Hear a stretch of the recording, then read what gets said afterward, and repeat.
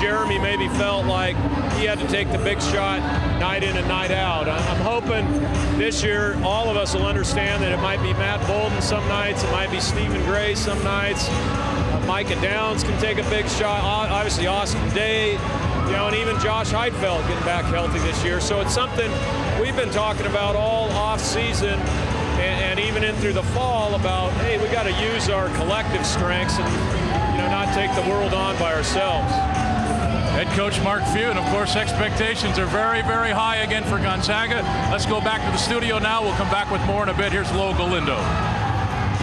Well, we already heard that label, mid-major, a label that Andy Katz does not agree with whatsoever. No, I just thought that it was a little demeaning according to a lot of schools. A lot of schools got mad at us for using it, so Lowell and I came up with a lower profile term, which I don't know if that caught on. I grew up with mid-major, man. Mid-major all day long. Got all worried about it. Major. We got calls, Xavier all day long. If you ask me, that's what it's going to be. Well, now it's time, regardless of the label we give them, to talk about them. Pump them up a little bit. We know Davidson's there. Who are the other mid-major / lower profile schools we really need to watch this season? Well, it starts, I think, with Siena. Fran McCaffrey has said on many occasions in this offseason he thinks the Saints could be one of the top teams in the country, and they're going to get a chance to show it.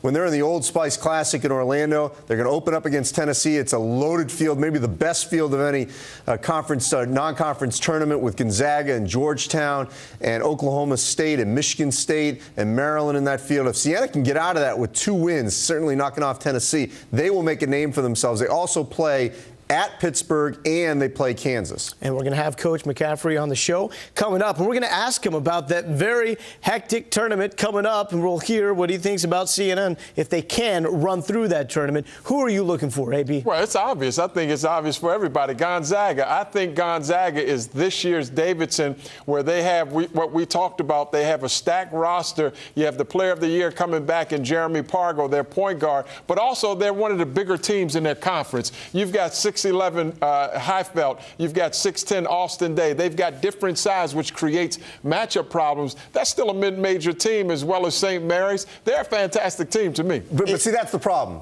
because they don't consider themselves a mid-major. They think that, no, I'm serious. Beauty's in the high. I know, but that's the problem of including them in the same kind of conversation with Siena or schools like that. What about I'm just saying Gonzaga. Okay. Gonzaga, you could argue, plays in a mid-major conference, the WCC. But Gonzaga as a program. Gonzaga as a program, I think you could argue, is an elite program. They get big-time games. What kind of money are they bringing in? Are they bringing in the same kind of money as the Big House? Are they bringing in? Do they have a football program? So I'm saying, okay, but Villanova's playing in the Power Conference. Now you look at the same